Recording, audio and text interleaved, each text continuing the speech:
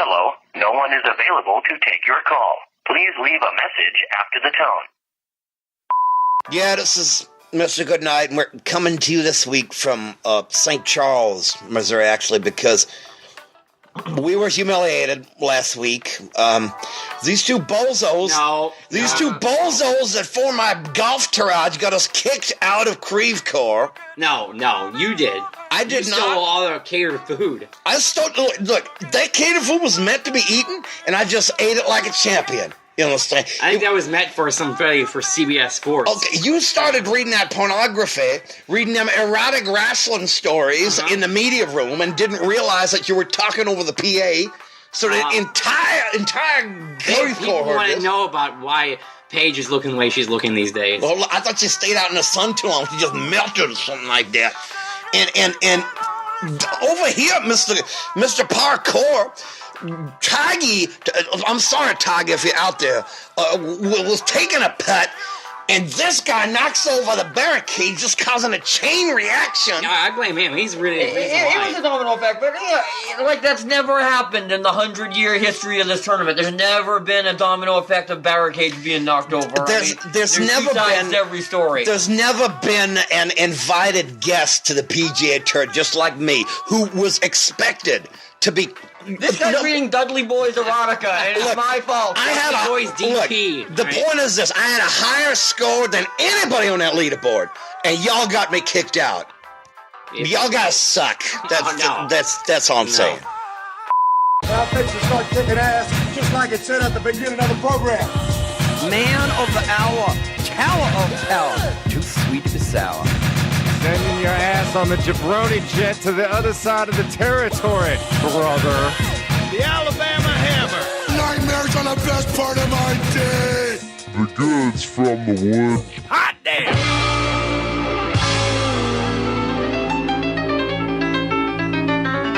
Welcome to the Goods from the Woods. My name is Rivers Langley. I'm Pat Riley. Joe Raines here. Yeah. Alex Mandelberg here.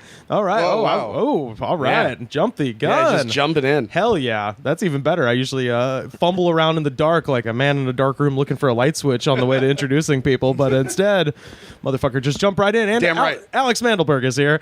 So I guess we'll start off with the big news. What is your what are your you're about to get into the exciting world of commentating? I just got into the exciting world of play-by-play commentating for Maverick Pro Wrestling. I'm going to be their new play-by-play announcer. Congrats, man. That's so cool. I'm so excited about it. I'm a voice actor, so I do a lot of play-by-play for like television and movies when you hear it in the background. So when Bugs Bunny fights Taz, you're the guy. Yeah, I'm the guy. I'm the guy they go to. The Tasmanian Devil or Peterson Urcha Taz?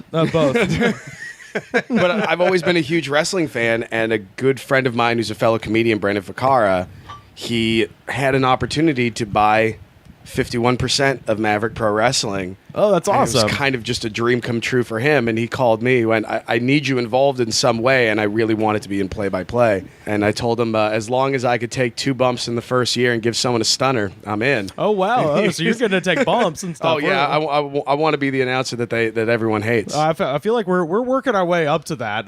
We're going to have a physical payoff here between me and the crowd at some point. They're going to tear me apart in the streets like Dionysus. I'm guessing bumps is not cocaine. No. It's more fun. You get thrown through a table. Okay, because I was like 2 bumps seems like kind of if you're gonna do 1 bump or 2 bumps, you might as well do like 30 or 40 bumps. Yeah, no, you might as well do a rail at that point, and that's a whole different thing. Yeah, no, that's the ultimate thing is to get the rail to be ridden out of town on a rail. Yeah, I bet there's wrestlers who are doing bumps before they go out though, right? Like cocaine bumps, right? Oh, for sure. Drugs Bunny for one. One of the Hood Slam guys. What? Did Hulk Hogan was doing bumps before he went on stage? What do you think? Have you watched any of his promos? Yeah, no, there's no way that's sober. There's not a chance. Macho Man, Mr. Take Your Vitamins was doing cocaine and stay in school. Take your vitamins and stay in school. Yeah. Wow, you guys just blew my fucking mind. Well, no, but Macho Man, like all those Macho guys. Man, of course. There's no fucking way he's sober, but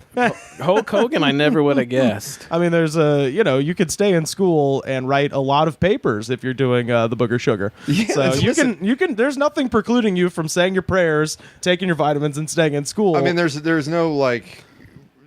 it's very vague as to what vitamins are. My very first. Here's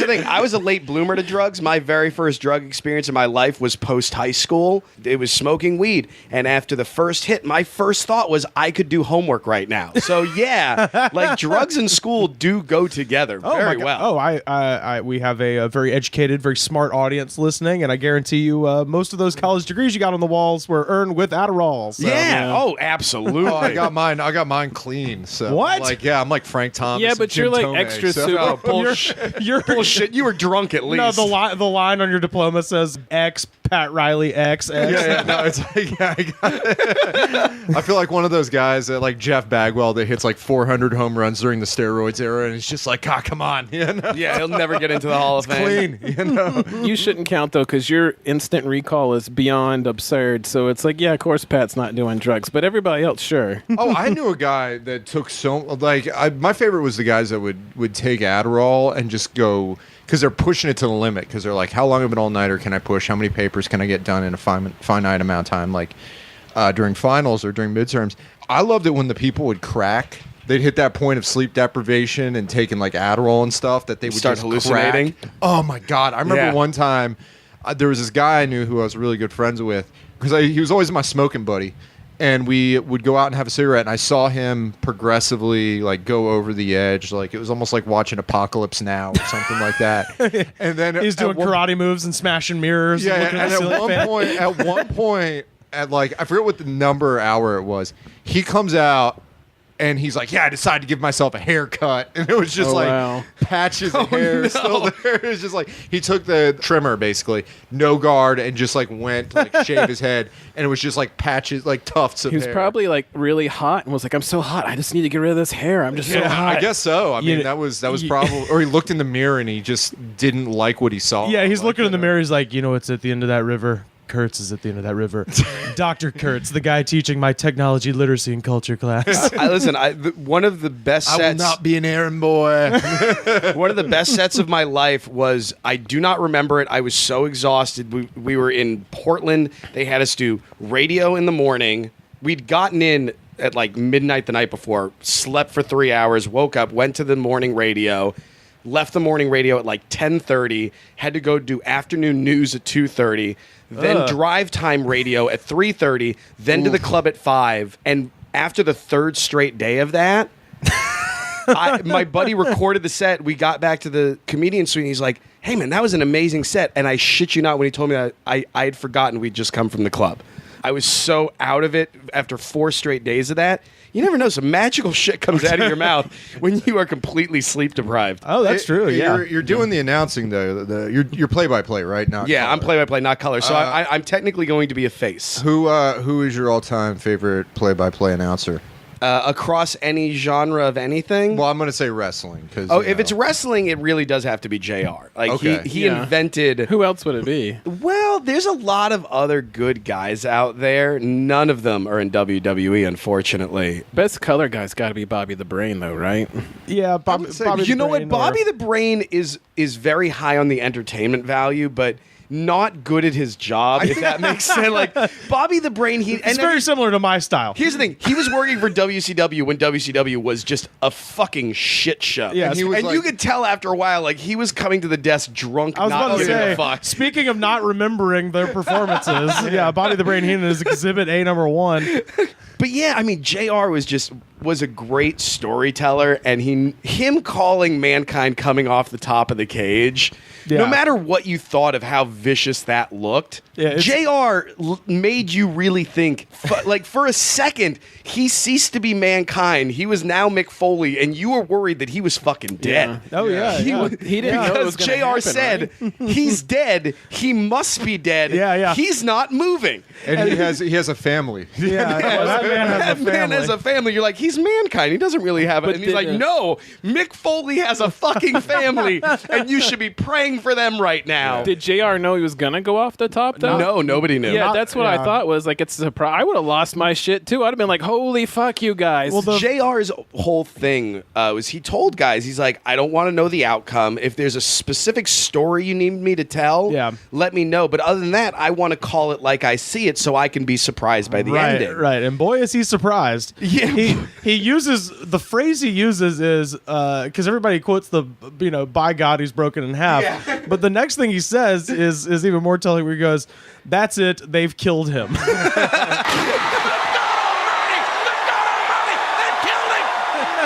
Not he, not Undertaker, they. The company. The company killed him. Vince McMahon and co. has murdered this man. Well, to hear the story of Mick, like how he talked them into that, where he just lied to everybody to get them to do that bump. Yeah. They were like, "Have you been up there and seen how high it is?" "Yeah, I've been up there." He hadn't been up there. Yeah. Why would you? And he even said when he got up there, he's like, "When I got up there, thank God I hadn't gone up before. I wouldn't have done it." Yeah. Yeah. No, it's actually no, I wouldn't have done it. The funniest thing is that's not actually, in my opinion, it's not the most harrowing or the best call of a Mick Foley bump that Jim Ross had done. Oh, when Mick Foley was wrestling as Cactus Jack very early on when he was in WCW. So this was about 1990, 1991. I think it's 1990. He was calling a match between Cactus Jack, who is Mick Foley, Mankind, for everybody, versus Mil Mascaras. And Mil Mascaras, who was like the second most popular wrestler in probably Mexican wrestling history behind Santo. Yeah. And that's saying like, that's not saying, oh yeah, it's The Rock and Steve Austin in their primes. Like Mil Mascaras was like a major celebrity in Mexico. Yeah. Like he was on television all the time. He was in movies all the time. Yeah. Imagine like the Rocks and just El Santo was double Rock. But the thing is that Mil Mascaras didn't sell for anybody. Yeah. He did not, because he knew I'm the shit. I'm not going to show any weakness. Yeah, I'm not going to sell for you nobodies. And he's a 50-year-old Mil Mascaras, so he's like sucking his gut in and wearing like a girdle, so he looks like he's jacked like he was when he was 30. So Mick Foley's like just, gets a few shots in and like Mil Mascaras isn't selling it. And at one point, Mick Foley is standing on the apron on the other side of the ropes towards the outside, and Mil Mascaras drop kicks him, and Mick Foley falls backwards, like almost like a trust fall, onto the floor with no mats. Oh, Jesus. And that man's a fucking psychopath. Yeah. Cactus Jack doesn't know he's there. What in the world? Oh, God, right on the concrete. Oh, no. Right on the back of his head on the concrete. Cactus Jack is dead. He's done it this time. Jim Cornette was with him, and he's like, "Oh my God, he killed Cactus Jack." There's no man that as a color man, there's no man I love more than Jim Cornette. There's no better Mike. That man's slicker than cum on a gold doorknob. I tell you, like there's so many great Cornette-isms that you could always come up with. I wouldn't believe him if his tongue was notarized.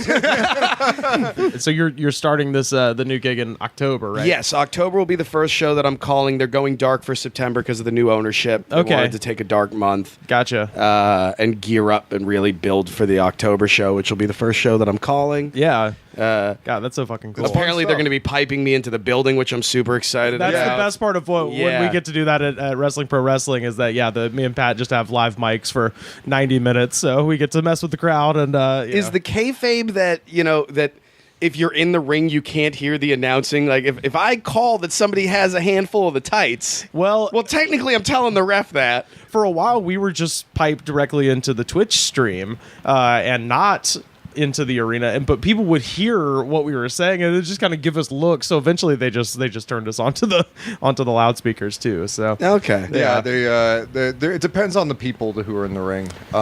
There are certain people that, especially people that are new, they're kind of like in the zone of like, okay, I need to put this match together, and we have these kind of sequences set up. But there's certain people that'll just like bounce back at us. Oh, Eric Watts will just yell shit back, and it's the funniest thing. And he legitimately is a scary, scary man. So I'm always one of my favorite wrestling moments of all time will be Chris Jericho throwing the Undertaker back in the ring. Oh, while someone yells at him, go back to Toronto, and mid throwing the Undertaker, like he does a 360 spin with him, and on the backside as he's facing, he goes, I'm from Winnipeg, you idiot! And he throws the Undertaker at the same time. Just like, that's why you're the greatest. You're the greatest because you took the time to insult him while throwing the Undertaker in the ring. Putting the guy back in the ring. Yeah, it makes being a groveling, terrified heel easier when Eric Watts is yelling stuff at you, because it's not hard for me to be like, oh, well, that's not what I'm saying at all, I just back down immediately. Yeah, because he's a scary dude.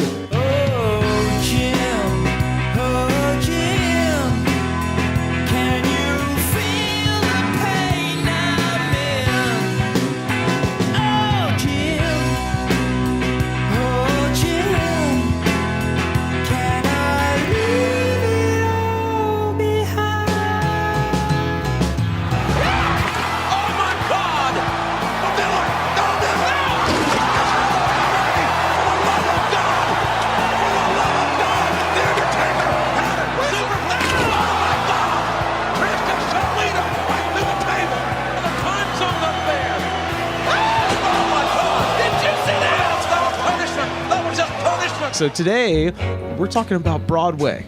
They say the neon lights are bright on Broadway. And it's a topic that I've been thinking about for a while, and it was actually a thing that I had on the docket for like a fun deep dive episode forever, and it was based on our discussion during the Worst Songs Ever tournament about the Paul Simon musical from 1998 called The Cape Man. And I played a song off of that called Vampires, which I'm going to probably play again here in just a moment. And it gave me the idea that, like, there are so many goddamn vanity projects that I love on Broadway that were some band trying to start either like a jukebox musical that goes sideways, or in some cases goes really well. Even if they're stupid, they're like the American Idiot did very well. That's what I did not expect it. I refuse to believe that's not a steaming pile of shit. I saw it and I was absolutely surprised how much I not just didn't hate it, but found myself enjoying certain parts of it. So tell people what it is. It's Green Day's jukebox musical. It's Green Day's jukebox musical. It's all the songs off of American Idiot. And it's just American. There's no Dookie, there's no Nimrod. It's just American Idiot. It's just American Idiot. Wow, and it's because that album was kind of meant to tell a story. Sort of a concept album. It was a concept album, and it's basically a story of a kid who he just thinks George Bush is bad. Who goes to the big city to strike it big, and he falls in with this crowd where he's doing a bunch of drugs, and then he loses who he is. It's a very standard story. It's the Billy Joe story. Yeah, it's a very like rubber stamp. Here's a story about a guy, right? And but through its simplicity, I guess because it didn't try to be too.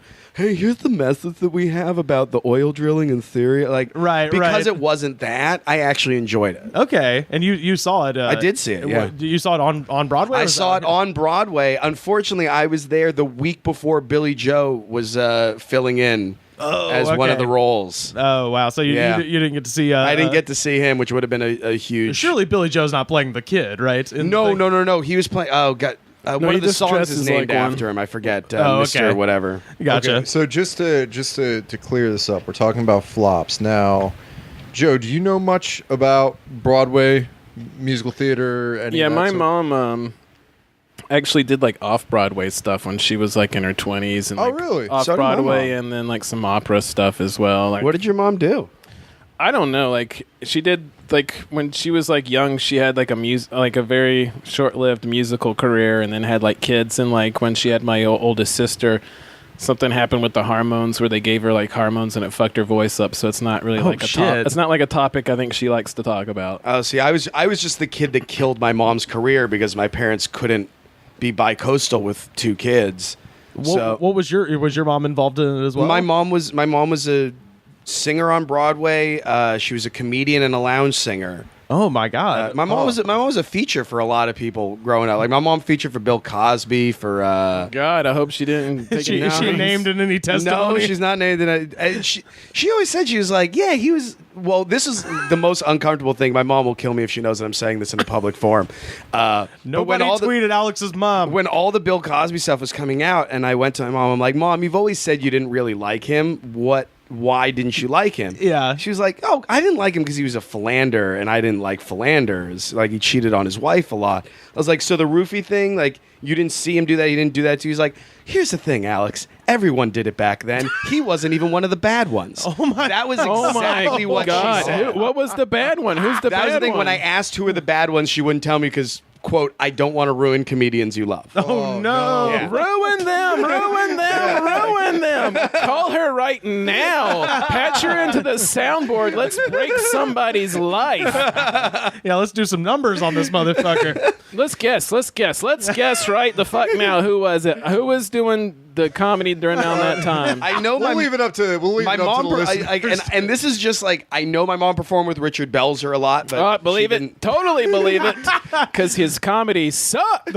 Those transition lenses, they're hiding something. But yeah, no. So when I was born, Leno, my totally parents Leno. were like, "Oh, we can't be in L.A. and New York. One of our dreams has to die." And my dad was working on Moonlighting at the time, which was a huge TV show. So my mom's dreams died. Oh my They God. moved out to L.A. and my mom. Everybody's dreams die. Who Yeah, moves to LA. that's the way it works. God damn it! Can we call her? I gotta know now. I want. He's not even one of the bad ones.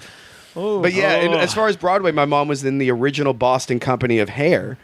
Oh, no shit. So Yeah. a lot of people have seen your mom naked. Yes, a lot of people have seen my mom naked, and have you seen Hair? It is weird as fuck. it's weird as fuck. I mean, I'm not like a homosexual or anything like that, but I would love to go to bed with this guy, and I would make sweet, sweet love to you, Mick Jagger!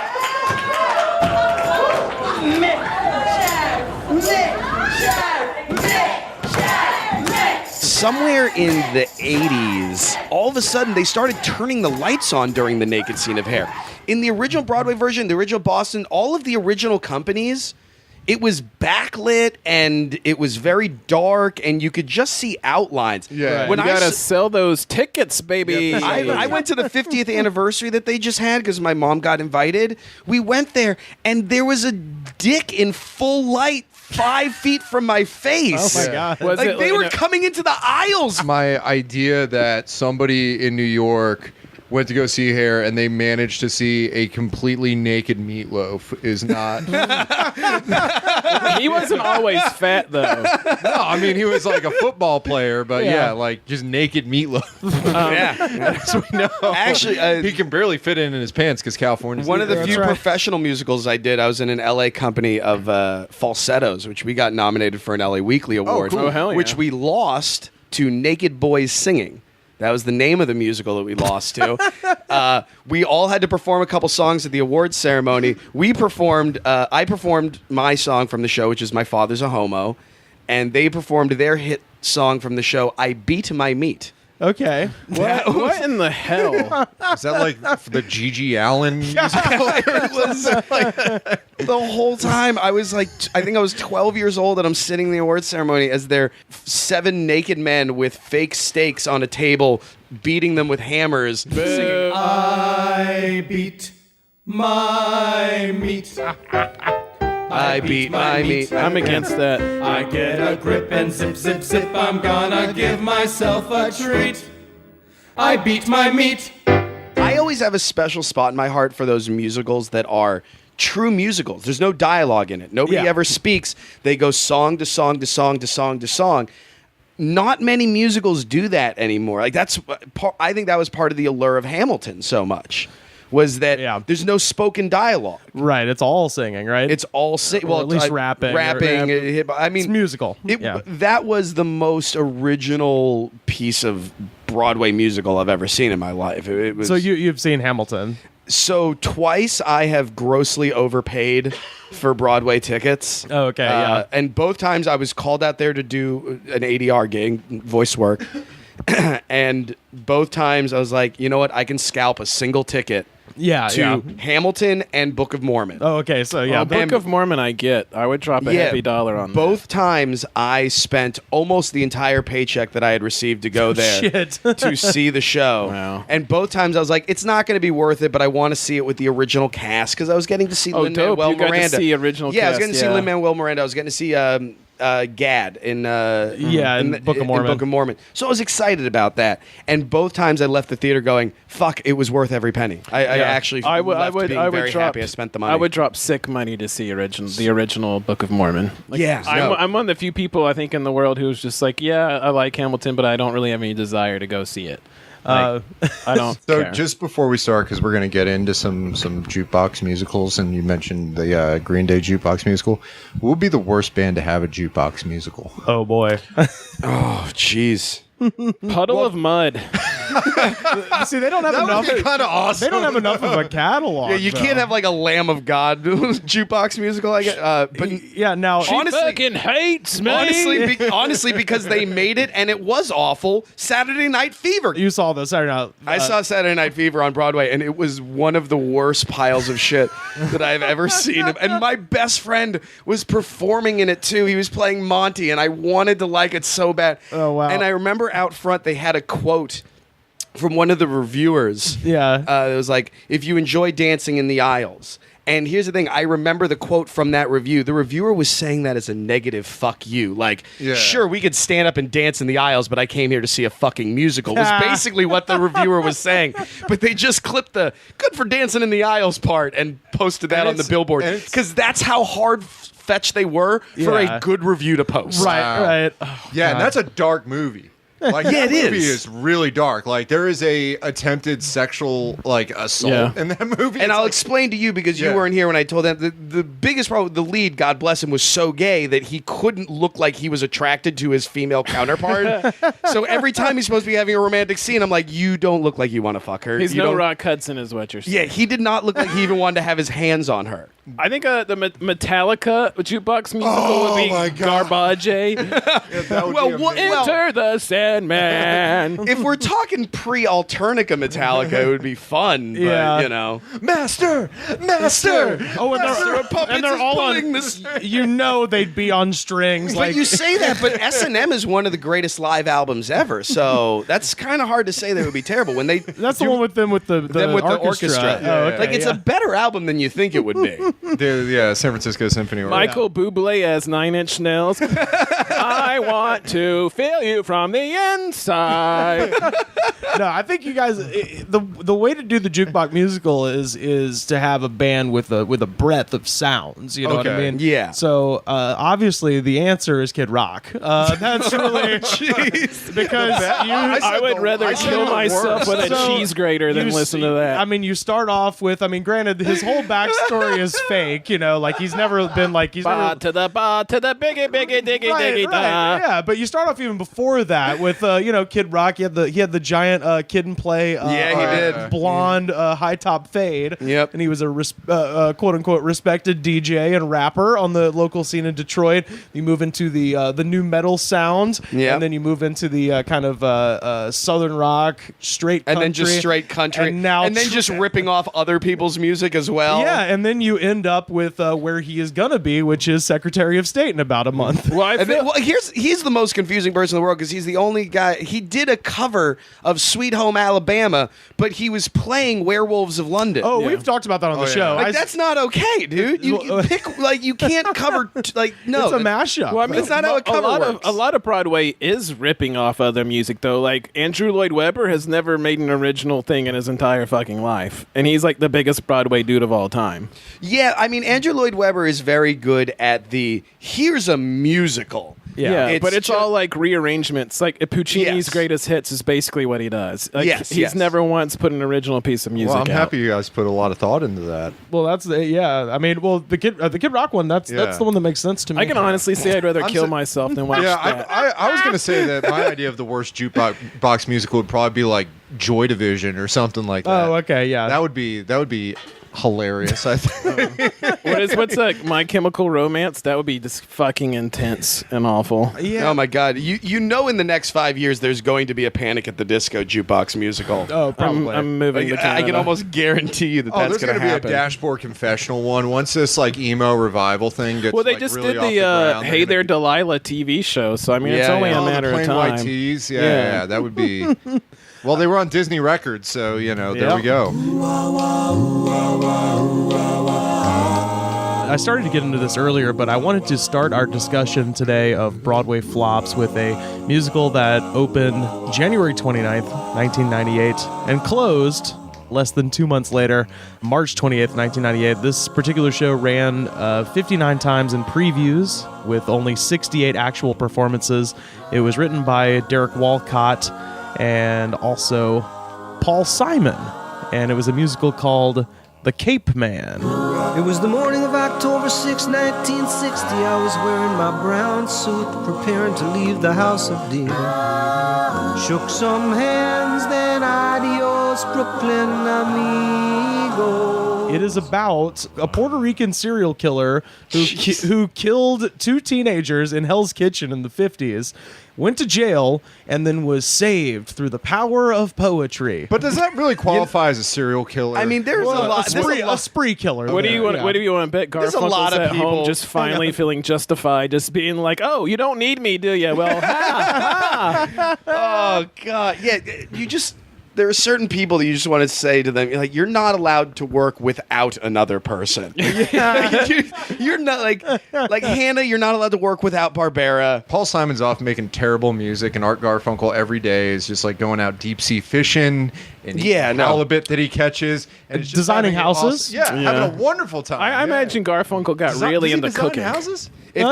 Art Garfunkel studied architecture. The only song that he wrote during the Simon and Garfunkel era is their most boring song called "So Long, Frank Lloyd Wright," about the death of Frank Lloyd Wright, and it's literally just going. So long, Frank Lloyd Wright. Like, it's really boring. So we could have I could have a situation if I make enough money to have Art Garfunkel design a house, or you could and then have the interior designed by Vanilla Ice. Wait a second. Does Vanilla Ice do interior decorating? Yeah. He does a home makeover show on HGTV. No, but he also just straight up does that as a job for real too. Oh my God. He's done doing motocross now. Rob Van Winkle has settled into his older years as a home remodeler. I'm guessing it's like lots of mirrors and lots of glitter. If you have an interior decoration problem, I'll solve it. But no, I assume you could probably buy like Art Garfunkel's senior thesis from NYU and have it turned into a real building. Yeah, maybe. and have Vanilla Ice do the interior. Yeah. That's awesome. So it really bothers me. I don't know why, but that's upsetting. So this is from Playbill. This is January 30th, 1998. And you're going to recognize at least one of these names because the star of the show is none other than the now ex Mr. Jennifer Lopez, Mark Anthony. Oh, wow. Was the lead in this play. That's the first negative against it because he's known for making bad decisions a lot. Like, the only good decision he ever made was being in the movie Man on Fire. Other than that, I don't know. He married J-Lo. That's a J-Lo. good decision. It's pretty good. Was it, though? Paul Simon's long-awaited Broadway musical, The Cape Man, opened January 29th to protests and generally negative reviews. The musical, with libretto written by Nobel laureate Derek Walcott, tells the true-life story of Salvador Agron, a Puerto Rican gang member who murdered 2 teenagers in the 1950s and then underwent a conversion as a poet while in prison. So that's where we're starting with this thing. Now, here's where the little bugaboo comes in.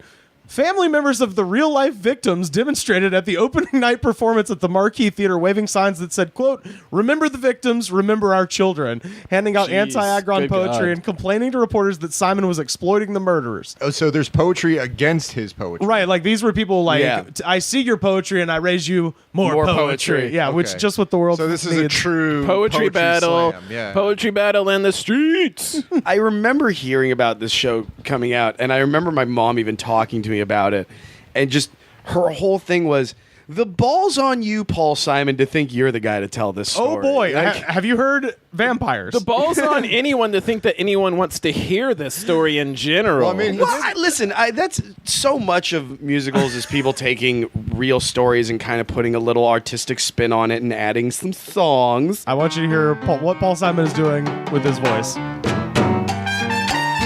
mean, so far, so good. Oh, no. Oh, no. Oh, this is bad. Oh, you have no idea what's about to happen to you. Insert Latin horn.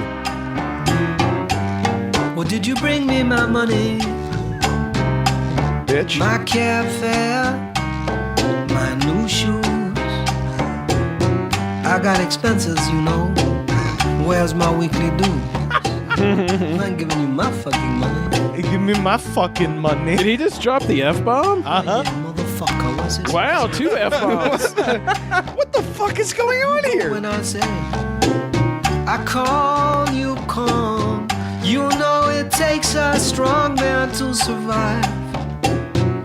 It ain't no accident that Okay, I don't hate this. I never thought that anything would beat Wayne Brady talking about slapping a hoe, but Paul Simon talking about slapping a hoe might actually top Wayne Brady talking about slapping a hoe. Lyrically, that's garbage, but musically, I don't hate that. Well, again, that is pretty much Paul Simon. That's his main criticism from people like Pat. Now, I'm saying I'm a huge fucking fan of Paul Simon. This is sort of dumb, but he goes to South Africa, brings South African music into the mainstream, and then I mean, Graceland is a great fucking album. Oh, I agree. And Pat's Diamonds in the Soles of His Shoes. If you don't like that, you have no soul. Yeah, I feel like that song wouldn't be as offensive if Paul Simon wasn't the whitest man alive. But It would be better if it was just Ladysmith Blackman Bazo.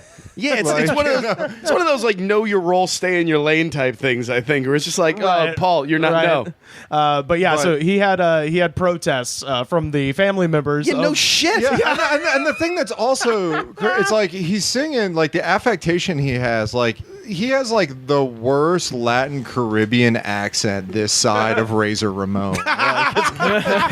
Wait, is Razor Ramon not like? No, he's very American. He's a from, white like, guy Georgia. from Florida. Yeah. He was a bouncer at like a club in Tampa, so he's like, yeah, I know from Cubans. Yeah, he's everybody loved the black guy. Yeah, no, it was. No, I just think I did a better accent than Razor Ramon did. for sure. I possibly did. I loved Razor Ramon as a kid. I thought he was. You did it. We all loved Razor Ramon. You loved Razor Ramon as much as Razor Ramon liked drinking and doing drugs. I didn't like him in the NWO days, but like when he was straight up Razor Ramon, he was dope. So this is when he was oozing machismo brain.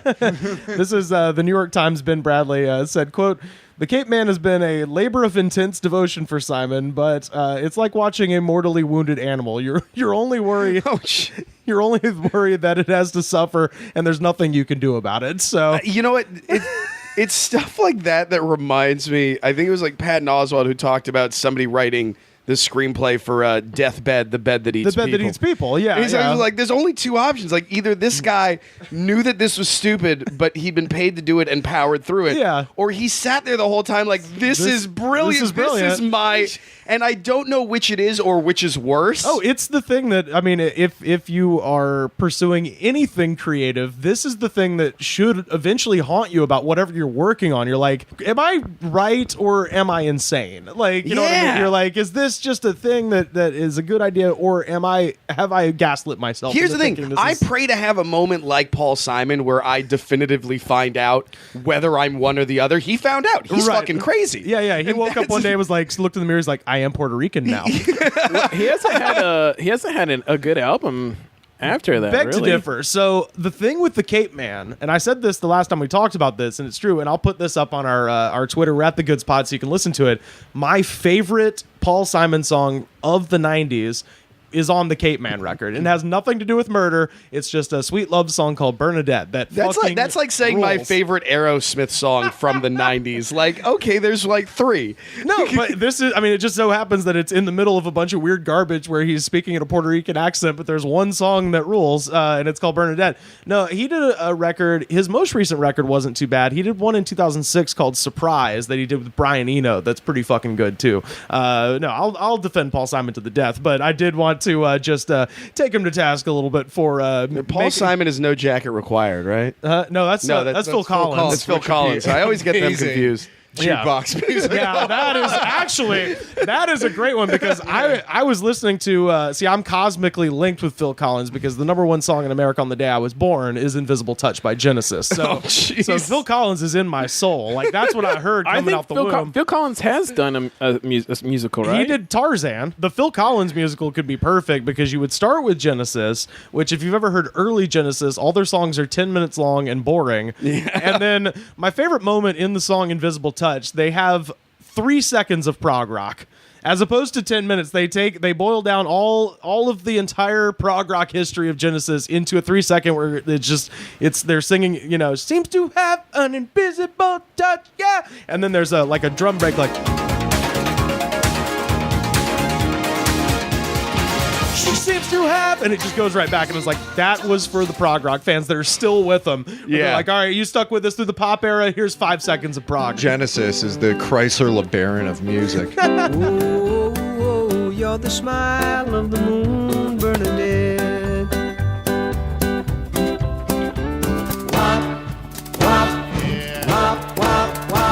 I can't imagine many people even went and saw this Paul Simon musical, though. Oh, it did not last very long. Yeah, it had a short run, I'm sure. It had a very short run. Speaking of short runs, there is a musical called Chess that, if you are familiar with any 80s jams, might sound familiar, because that is where we get the Murray Head song "One Night in Bangkok," which comes from Chess. Yeah, that song is really not good. Well, it's just it's very much a show tune. One night in Bangkok, in the world's blockbuster. The bars are temples, but the pulse ain't free. Yeah, so Chess was actually written by a couple of the guys from ABBA. Well, the two guys from ABBA. Yeah, 2 guys from ABBA with... Is it ABBA or ABBA? ABBA, whatever. They Benny Anderson and Bjorn Ulvaeus. Right, along with Tim Rice, wrote this play. Was it like a bunch of chess pieces moving around on stage singing? So the funniest shit about this is their like reaction to the criticism is very funny, where one of them was quoted as saying something to the effect of like, well, maybe if the audience was a bit smarter, it would have done well. Like, this go the fuck most yourself. like pretentious shit. Here's the thing: you have if your show's on Broadway, you have the smartest theater crowd that you can fucking get. It's basically as it says here, a musical loosely based on Bobby Fischer. Right. Yeah. Which I presume is the point before he goes completely insane and moves to the Philippines. Yeah. It celebrates 9/11. Does anyone ever bring up the fact that like Bobby Fischer is kind of a boring human being, and like, he's insane? Yeah, like he's crazy and he's also boring. He's not fun insane. He's boring insane. He's very boring insane. They're like, oh, he's crazy. Why? Because he sits and reads a book on chess for 32 hours a day. You're like, it's only 24 hours. Yeah, he finds like he's a boring human being. Actually, I like chess. He's very interesting. Tim Rice wrote the lyrics to this thing, and it is basically about an American chess player and a Russian chess player, and they're duking out the Cold War And then in the they form of chess. Each game of chess means there's one less variation left to be played. The International Chess Federation announces that the current champion, Frederick Trumper of the United States of America, will defend his title against Anatoly Sergeyevsky of the Soviet Union. It's the red flag up against diamonds tonight, but we're peace-loving times. It's a sweet, hail fellow, well-met affair for both eagle and bear. These are very dangerous and difficult times. This thing, it actually had kind of of the list that I've got of like shortest runs. This is right at the top of 68 performances, not including the previews. So this actually had a bit of a lot. It had a bit of a run, yeah, but it's still regarded as being butt fucking insane. It was just sort of up there because they were all Tim Rice was coasting on a lot of previous successes. They were like, I guess we get this, you know. But when it was finally canceled, yeah, I believe it was Tim Rice who was the one who said, the crowd just wasn't smart enough to understand a musical about chess. But I could get into a musical about a romantic love story between Bobby Fischer and Boris Spassky. I could get into that. You can get into that? You get behind that? Yeah, it'd be cool. Yeah. If that was the premise, I would go see that too, I think. I would definitely or they could be have in the on sequel where it's the romantic relationship between Gary Kasparov and the IBM computer, the pizza. I would be happy to see that before a lot of the other shit that I've seen in theater, so... Dear God. This is, again, from Playbill. So Chess came out in 1988, by the way, and it was written by lyricist Tim Rice and former ABBA collaborators Benny Anderson and Bjorn Ulvaeus, who came to Broadway in 1988 on the heels of a hit concept album and a run of nearly 3 years in London's West End. So it ran for a long time in London, and it featured a fairly loose plot with a chess match between an American and Russian opponents to illustrate the themes of the Cold War. It sounds awful as hell. The retooled Broadway Broadway version, which featured Judy Kahn and the late David Carroll, closed after 68 regular I'd performances. see it if it was Madeline Kahn. I'm bored by the synopsis. I know, let it's alone crazy, what the right? We musical's had an gonna be. American version of chess, and it was called Rocky IV.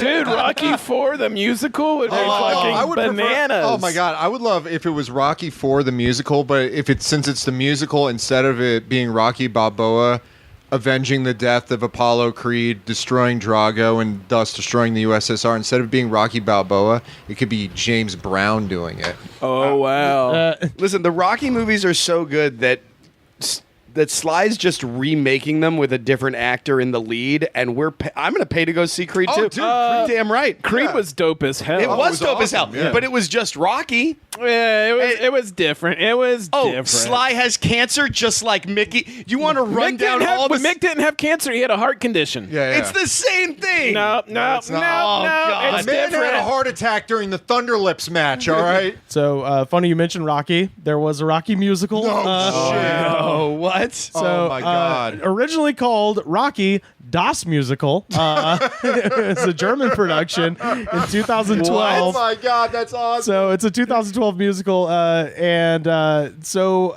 much do you think Sly got off that? What's the kickback to him on that? Well, considering how little it was on stage, probably not very much. So the musical, which premiered in 2012, cost around $20 million to produce. Jesus. Crazy. That's probably where he got his money. He had to pay to get the licensing fees to actually do it. That's $20 million. Like 8 of that's probably in Sly's pocket. It was produced by Sylvester Stallone, Vitaly, and Vladimir Klitschko. Right. So I think this. no. I think the German guy wrote the thing, produced it in Germany, and then when he brought it to America, Stallone was like, "I want to do it." Oh yeah, it's because the Klitschkos are involved, and the Klitschkos live in Germany. So yeah, they have tons of money. Yeah. So the show's set alone cost $4.3 million just for the sets. What is it made out of? The 1970s. They actually got the 70s. It's made out of actual brotherly love. It's very hard to produce. The buildings in Philadelphia didn't even cost $4.3 million Right, in 1976. I cannot imagine a Rocky musical. I know the older I'm getting, the more disappears. But I'm hearing your voice in my head saying, don't let this go. Rocky's the story of the underdog, the person who always wanted something and never quite was able to achieve that, and then gets a second chance in life. Make a new start. Rocky fight from the heart.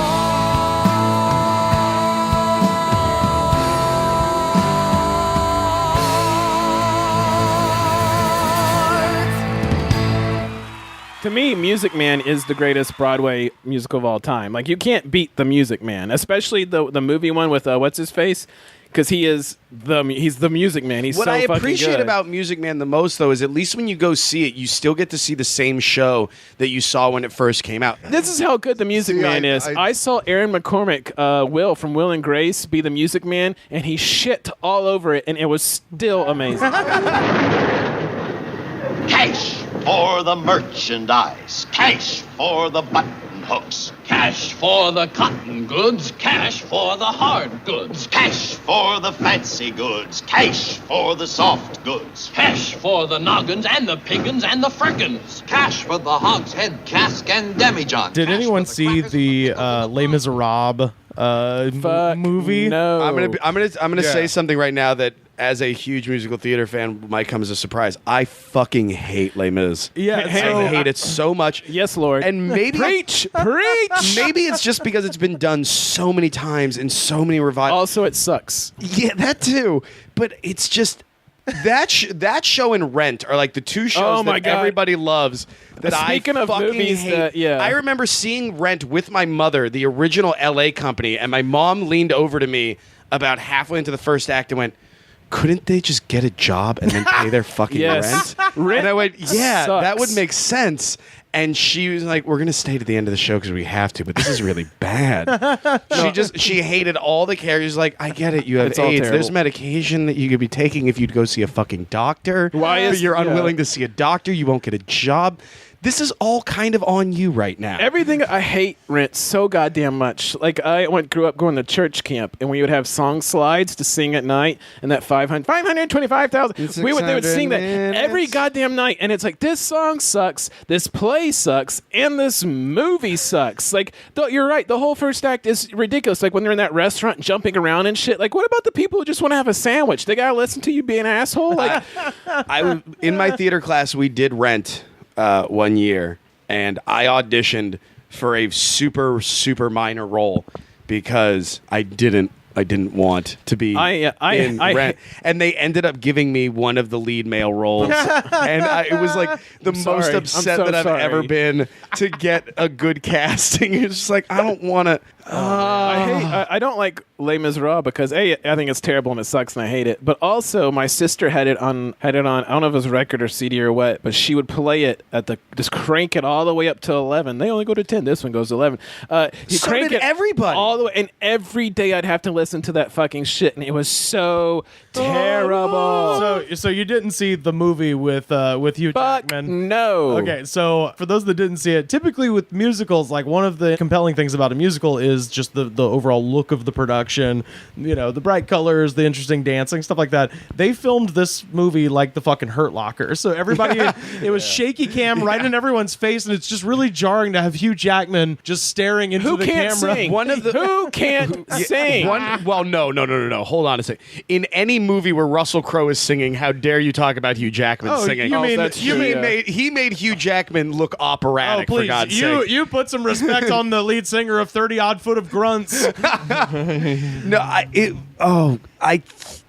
I just fucking hate Les Mis. Yeah. There's nothing It's else so to say terrible. about it. Both of those, like every theater student you've ever met, it's just like, I love Rent, and I love Les Miserables, and it's just like, well, what else do you like? I love Rent. Well, what else do you like? I love Rent. It's like you're the worst. You're the worst. The only place that I give them a little bit of respect on the movie was they actually had them sing live on set rather than doing pre-records like they always do on musicals. So I give a little bit of respect there. Yeah. Well, how do you also, like, you would think they would get good singers if that's what they were going to do, but they didn't do that. Everyone on my mom's side of the family are music majors. So like they all are either choir directors or tried to be a professional singer. Like my cousin actually went to Italy and studied under a guy to be an opera singer. Like, so everybody on that side's just like, no, we're going to watch a musical. That's so cool. like I was forced to be into it.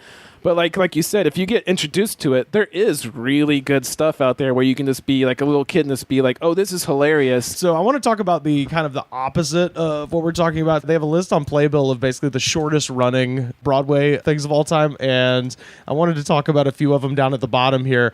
I want to talk about an incident in 1988 where a popular film tried to make a Broadway musical and never goes well. It fell on its face, and that is, because when you think a fun Broadway show, my mind immediately turns to Stephen King, and I think about Carrie. The musical version of Carrie is one of the more notorious Broadway. That sounds awesome. Failures of all time. I'm on the fence where like half of me like that's the worst idea you could have, and the other half is like I'm listening. No, here's the problem: is that what you both are thinking of, if it had been that. Yeah. It probably would have been great. This kind of hokey, cheesy joke on playing up the campiness and not playing in what Carrie really was, which was a terrifying fucking story. Oh, yeah, right. But the problem was he tried to make a horror musical for Broadway. Yeah. And horror musical are two genres that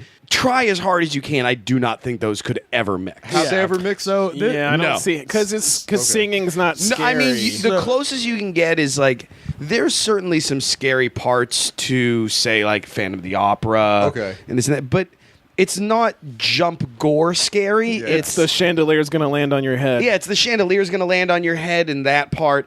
It's just the uncomfortableness sometimes of what's going on.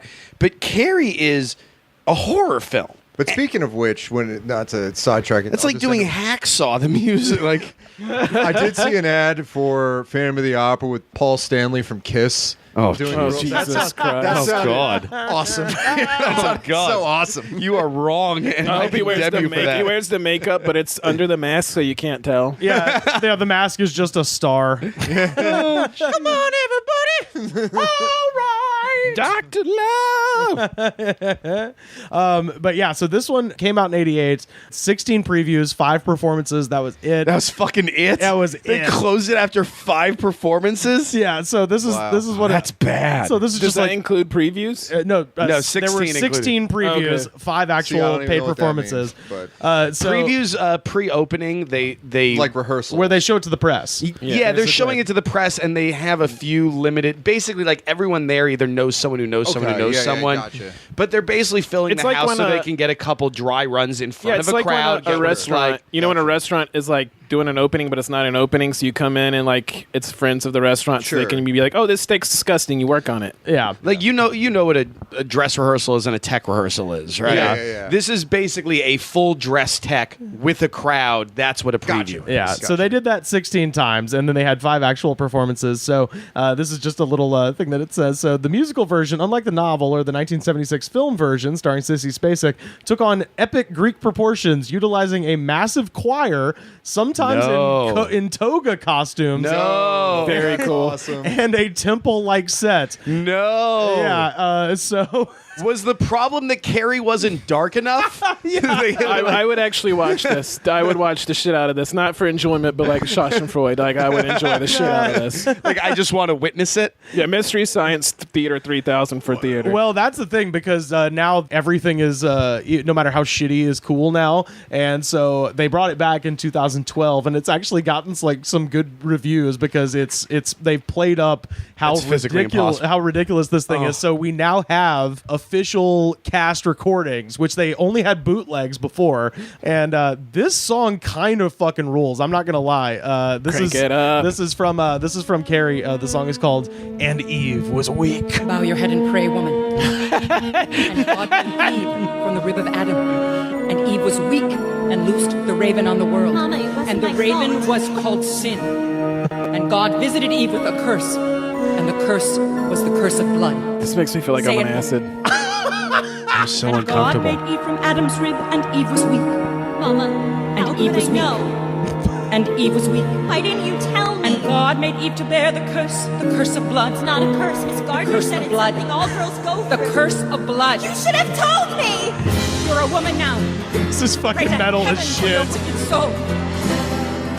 The raven came to plague the world. It's making me feel things and not in a good way. Its name was Sin Begin. And lust was Yeah, so it's basically This sounds like a track from the Metallica that's musical. What I mean. It's like It's- I was saying, it's like if Ronnie James Dio made a fucking musical, Yeah, bro. Like, Did he not? Oh, dude, that would have There's your musical. yeah, there you go. I'm gonna Google that. I'm positive that's probably a thing. that was my super. That was God. super uncomfortable. Oh yeah, and it gets. I mean,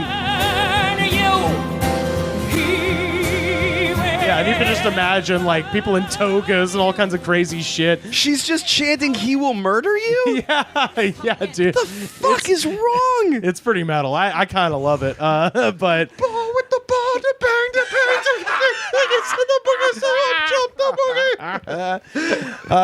to My name is Kid Rock. this is gonna be My favorite was the one when Chris Rock hosted the MTV Video Music Awards, and he had like the whole choir singing "Ball with the Ball." Yeah. Oh yeah. My name is Chris.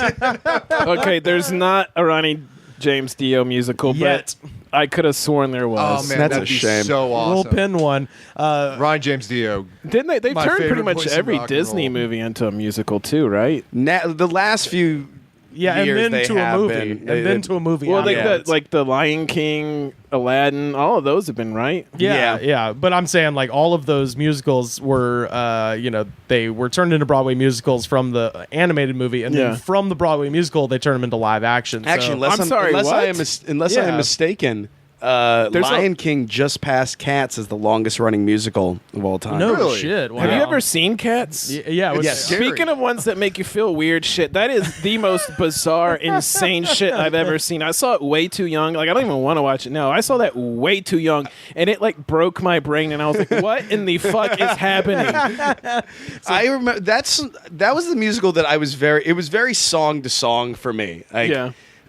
I find Memory to be the most boring, and the fact that you have to hear that song 5 fucking times in that show is Right, just like, oh, stop. Memory all alone in the moon. I saw it the first time on a video when I was like in class when I was like 15. Was it that like weird VHS where it's totally unproduced? Everyone's first time seeing it. I need to go to the football field and smoke a cigarette. So I want to talk about the two shortest running Broadway productions of all time. So the first one is called Kelly. Kelly opened in 1965, and it's a musical with lyrics by Eddie Lawrence and Mark Charlap, and it was inspired by Steve Brody, who in 1886 claimed to have jumped off the Brooklyn Bridge and lived. So this was this guy who basically would do stunts and try to jump off the bridge and stuff like that. Are you saying this is a musical about a guy who should have been dead earlier than he was? Yeah, it's Evel Knievel the musical. It's the Broadway adaptation of Third Eye Blind's Jumper.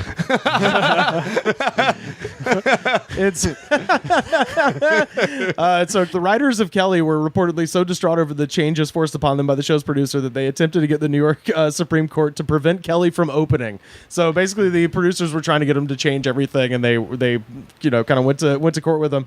So it centered around a group of gamblers and their attempt to prevent a local daredevil from surviving a jump off the Brooklyn Bridge. Was this a musical about a group of people trying to murder someone and failing? So yeah, it was basically a group about a bunch of gamblers who were betting against a guy who was going to jump What off year the is Brooklyn. this? This is 1965. Is this what the producers was based on, you think? It very well might be, honestly. This is morally reprehensible even for the 60s, and that's fucking saying a lot. Yeah, so this says the story centers around Hop Kelly, a daredevil busboy. Some Bowery gamblers try to prevent him from surviving a jump from the Brooklyn Bridge. So basically, they're just trying to hobble this guy. I got an idea. Let's make the bridge higher. Let's make the bridge higher. Let's make the bridge higher. Make the Brooklyn Bridge higher. Then he will die. Yeah. Oh, surely. That was a good impersonation of 1960s Broadway. I was going to say, that was perfect. It was Paul Lynn sings Broadway.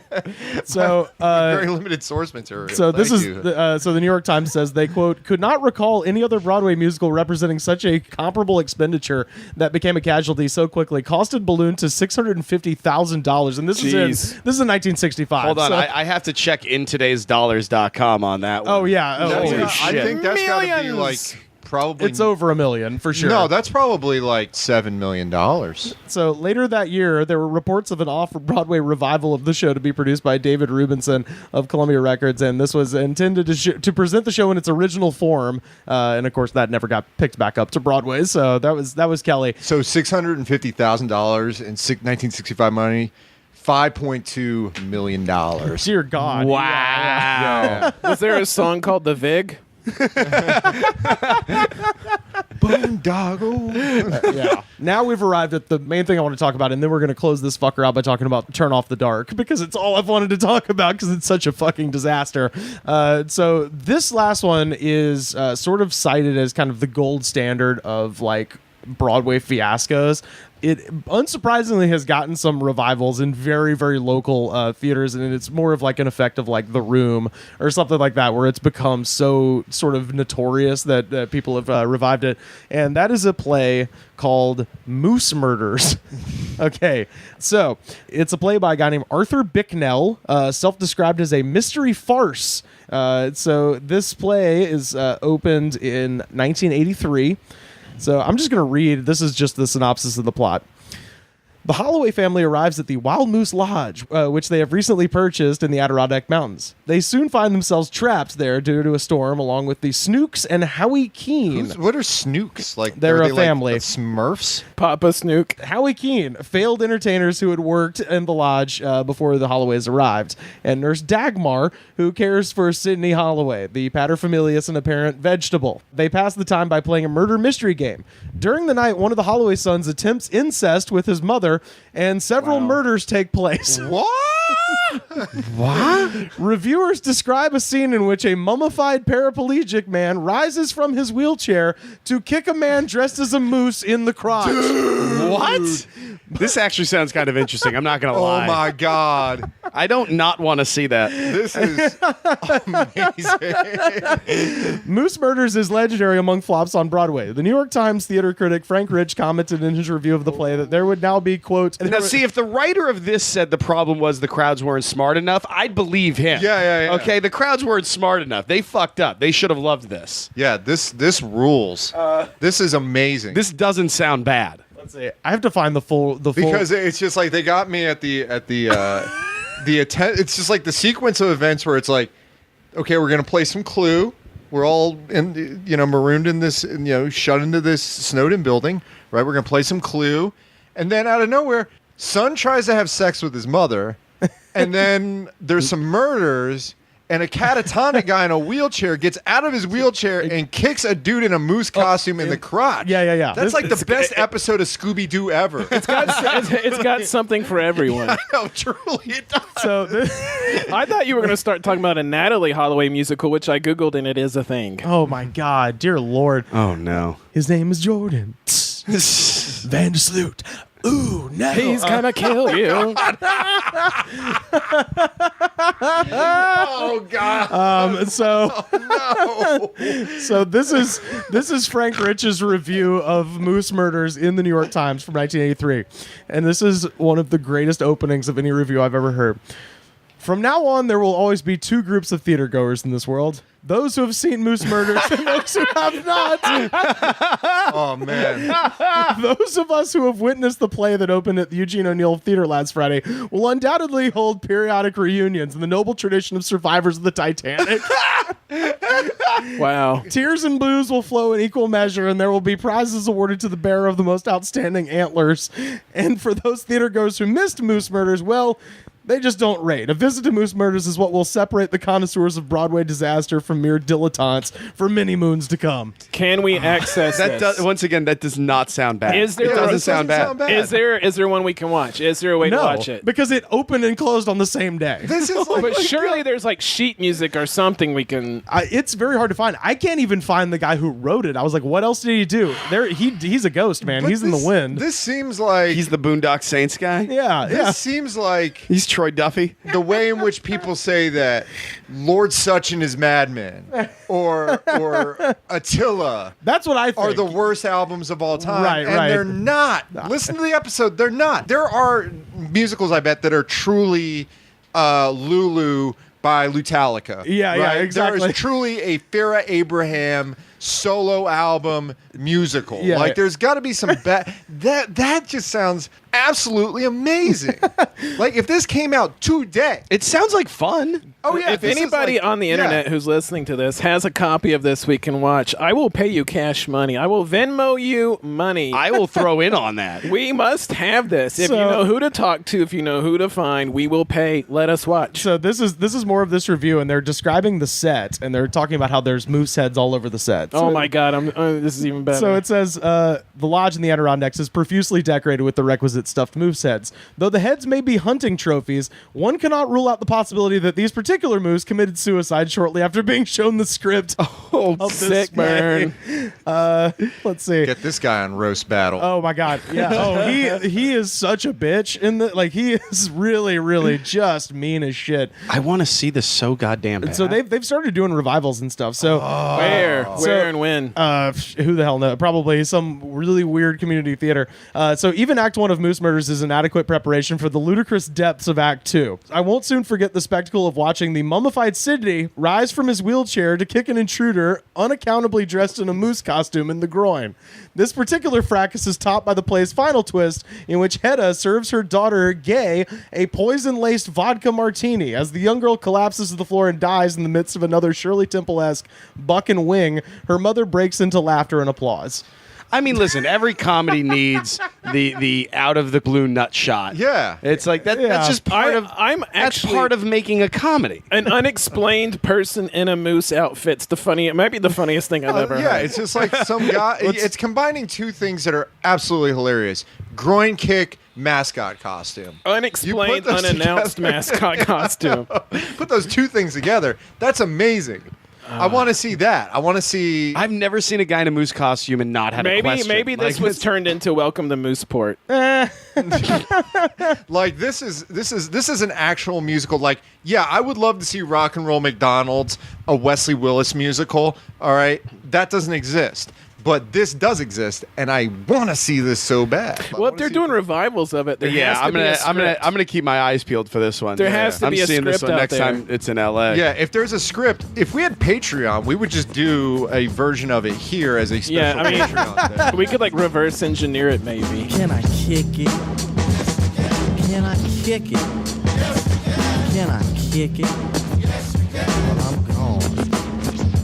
The last one I got to talk about, and we have to play some of the horrible music from it, is Bono and the Edges. Oh, fuck you. Spider-Man. Fuck you. Turn Don't off make the me dark. Don't make me fucking. I want to listen to this because I haven't heard anything. But I remember when this came out, and I had the idea. It was like there's zero chance at any point in the production of this where it's not the worst idea that's ever happened. There was a point where they were going through their fifth or sixth lead. Yeah. Who dropped out. Literally fell off the ropes and dropped out.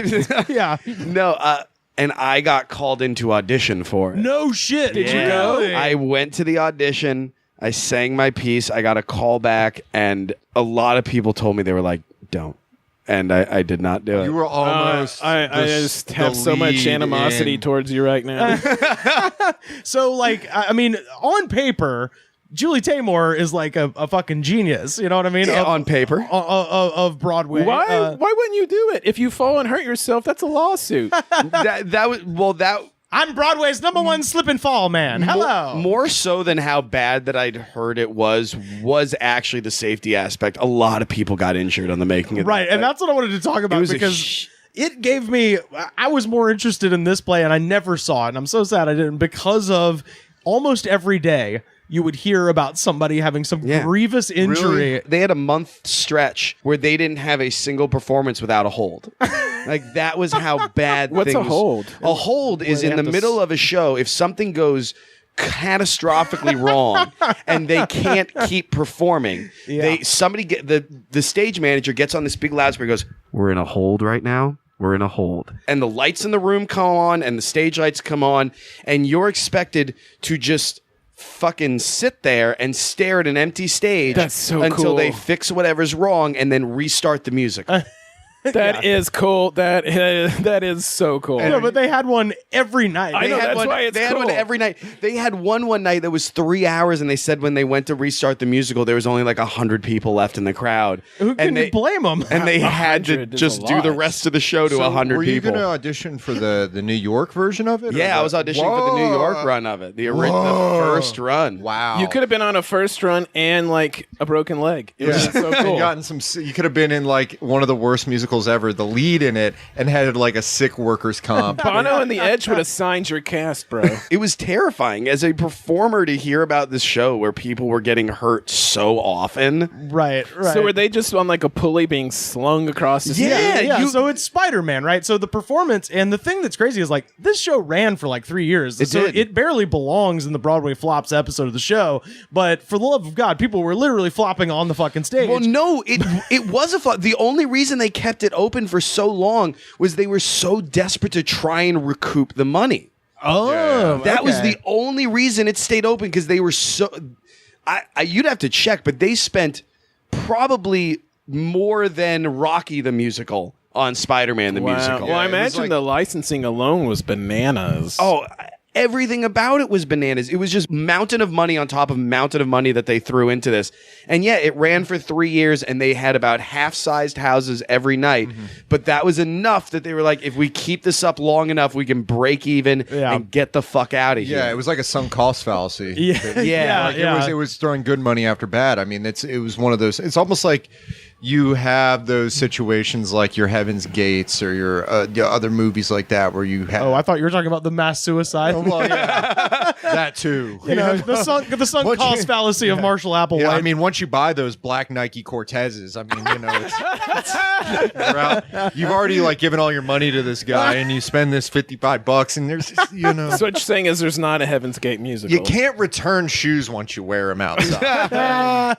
Really, a lot of times. No, I mean, it's kind of funny because on one level, so like when I was thinking of like U2, Bono and the Edge doing the music for it, the silver linings part of me was like, okay, there was that song they did for the Batman soundtrack, the Hold Me, Thrill Me, Kiss Me, Kill Me song, which was one of their few like awesome songs post war. Oh, you don't fuck with Mysterious Ways, Pat? No, I'm not an Octung Baby guy, but it cost them $75 million. Yeah, to yeah, make that that's musical. what I was looking up. What? Yeah, 70. And here's the thing: all that time, I was actually wrong. They didn't break even. They still lost $60 million, but they were desperately trying. So they to ran for recoup. 3 years and made $15 million. $15 million. Yeah, yeah. So, I mean, the main thing people know about this is, like, they had rigging all over the theater so Spider-Man and the Green Goblin can fly around and shit like that. Yeah, you weren't just swinging around on stage. You were swinging around over the crowd. And that was where, like, honestly, that was one of the big things for me. I'm like, so if something goes wrong, I'm not even just falling on stage. I'm falling on people and chairs. People are so much softer than chairs. But the chairs. And, well, it's a half full show, so you're guaranteed. It's even money that you're going to be falling on a chair. Yeah, back to Mick Foley. It's like the empty arena match they had at halftime heat. Yeah. But good old Molly, he's broken in half. In a sort of deliciously sick irony, the first real song on the Spider-Man Turn Up the Dark soundtrack is called "Boy Falls from the Sky." Oh. I wonder if anybody fell during the song. You know they did, because there is no God. You can change your mind, but you cannot change your heart. Pat's face is my favorite thing ever. Oh, this is awful. Yeah. Does this come free on an iPod? This sounds like angsty teen rock. Like, yeah. But now just imagine Spider-Man flying around. Oh boy, chasing the Green Goblin. He's gonna. I always wondered, Sounds like Bono. I always wondered what would happen if Nirvana didn't have talent. Now I know. Now I know. See the boy fall from the sky. And now it's full on you too. Oh, God. Now it's you too. If there's a time machine, I want to go back in time and find the person that told you two that they could actually play their instruments well and slap that man. Because when they knew that they couldn't play their instruments well, they were fine. And then somebody was like, "Hey, Edge, you're a great guitar player." That was fucking insane. Back when they were in that Catholic mystical cult, they were so awesome. They're fine. They're fine. Do you have any more? Okay. Do you have any more songs from it? Yeah. So I was gonna. I want to watch. Pat's doesn't face. get better. No, I want to watch Pat's face shrivel into a raisin. So this one also a little bit delicious, considering what happened with this musical. This one's called "Bouncing Off the Walls." This one's very U2. Oh yeah. Hello. My place called Vertigo. Uno, dos, tres, catorce. Wow, this is bad. This is really bad. The first one sounded like shitty Broadway music. This just sounds like madness. It sounds like U2 trying to do like a David Bowie tribute on a bad David Bowie tribute throwaway album. It's like, yeah, could you do like a version of Suffragette City? You know? But anyway, that's really bad. Yeah, so that is abysmal. Spider-Man Turn Off the Dark, everybody, and that's our episode. Spider-Man, turn off the music. Jesus. Turn off the everything. Shut it down. Good. Yeah. Well, dim the lights on Broadway. I want to see Dio turn on the night. Holy diver, you've been down too long in the midnight sea. Oh, what's becoming of me? Gotta get away, get away. Gotta get away, get away.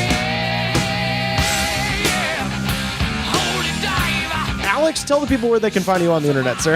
You can find me at my name, which is hard to spell, Alex Mandelberg, Mandelberg, alexmandelberg.com. That will get you to all the relevant social medias and whatnot. And check out Maverick Pro Wrestling. Yes, and check out Maverick Pro Wrestling starting in October. I will be their play-by-play. It's going to be super awesome, very exciting. They got some talented guys down there. I'm excited to get to work with. Are there any names that... I'm trying to remember. Bay right now is their champion. Okay, sweet, man. Yeah, I plan on coming just to check it out. I'm any local indie wrestling, man, I'm there. I'll be yelling shit at you. I'll try to get a "fuck you, Alex" chant going, like they got going for me at Wrestling Pro Wrestling the last time I was there. They didn't just get a "fuck you, Rivers" chant. They also got a "Rivers sucks" chant. That's right. Yeah. Oh, I got heat over there, dude. I want Brian to show me how to get thrown through a table. I'll be announcing under the name Buddy Stone, so that's gonna be the moniker out there. I love Not it. even going out there as Alex Mandelberg, going out as Buddy Stone. Oh, you sound like you should be teamed up with Lance Russell. Yeah. Colin. Are you going to be wearing a tuxedo? No, but I'm questioning if I'm going to have to knock the beard off for this show. It can't be play-by-play guy with a big bushy beard. You could keep a mustache though. Maybe. Oh, you should keep a mustache. Yeah, sure. That's really uncomfortable. Make it very 70s. Get the big lapels and shit. Yeah. So check out Maverick Pro Wrestling. Other than that, alexmandelberg.com or anotherfunnyjew.com. I think I own that too. And do you have as you leave? Do we have a good musical recommendation for everybody listening? Yeah, what's a good music? That everybody should just check out right now. The Moose one. We got to get the Moose one. SpongeBob, actually. That is definitely one that I can stand by because listening to it, I think it sounds great. Hamilton also, it seems kind of cliche to say, but there's a reason why everyone wants to see it. It really is as fucking amazing as they say it is. Oh, you know what? Because it's a show that's near and dear to my heart, and they are doing another revival of it now. Falsettos. I think Falsettos is an awesome show. It's about a father who comes out in his 40s to his wife and kid, and leaves them to go live his alternative life. Okay. He'd been closeted his whole life, and it's a really, really interesting musical. I really enjoyed being in it. Okay, it's not Falsettos is not a knockoff of The Sopranos. No, no. Very, very different. There's a bunch of Italian guys singing in their upper register the whole time. Do you have gabagool?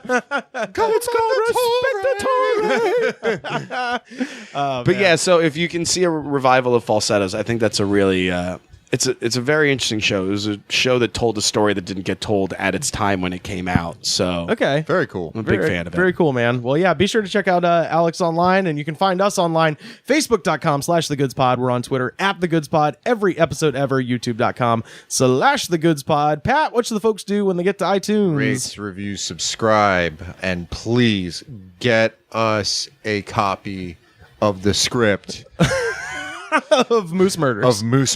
Yeah. For the love of God. Yeah. Well, because I got a crisp 20 for anybody who that does it. would truly show the attitude of gratitude. And if as Mr. Goodnight says, if you don't have the attitude of gratitude, then fuck you. Fuck you. We'll see you next week. Showtime now is getting near, and I'm getting scared. Wish I could see you in the mirror. If I'm all prepared, first you take a step, then you point your toe. Hope I know it like I did a week ago, and we're standing straight. I've been on your way to the dancing in the show tonight. The Goods from the Woods was mixed, edited, and distributed by me, Rivers Langley. You can find the show on Twitter @TheGoodsPod. Our theme song was composed by DJ Smiles. Check him out on Twitter @DJ Smiles.